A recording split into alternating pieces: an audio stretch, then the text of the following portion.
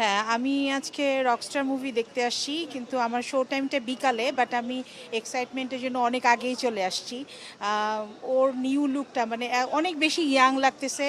So মানে ওইটা দেখার আগ্রহে এমনি সাকিব খান আমার অনেক ফেভারেট, তার কোনো মুভি বাদ দেই না, প্রত্যেক ঈদেই দেখি। সো এটার জন্য এক্সাইটমেন্ট কাজ করতেছে। টিজার দেখেছি, টিজার দেখে ভালো লেগেছে।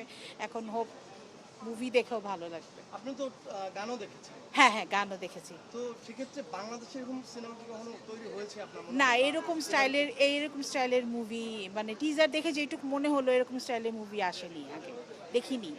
আর অনেকে যে ব্যাড রিভিউ দিচ্ছে, এটা নিয়ে কি বলবেন আপনার জায়গা থেকে? ব্যাড রিভিউ আমি আই থিঙ্ক টিজার মানে দেখেই। আমার গেস, আমার মনে হচ্ছে যে সাকিব খানকে পচানোর জন্য, ব্যাকে নেওয়ার জন্য এই কাজগুলি হচ্ছে। এইটা আমার মানে যে বট বাহিনী থাকে না, সেরকম এই ধরনের কাজগুলি হচ্ছে। কারণ আমি ব্যাড রিভিউও পাচ্ছি অ্যাজ ওয়েল অ্যাজ ভালো রিভিউও পাচ্ছি। কোনটা বেশি পাচ্ছেন আপনি? ভালো রিভিউ আমি বেশি দেখেছি। তো আমার কাছে মনে হচ্ছে যে তাকে ব্যাকে নেওয়ার জন্য এই কাজগুলি করা হচ্ছে। তার অপোজিশনের লোকজনই হয়তো কেউ করতেছে, প্রতিদ্বন্দ্বী যারা আছে এরাই তো করে। প্রত্যাশা কি পূরণ হবে আজকে আপনার মনে হয়? হোপসো।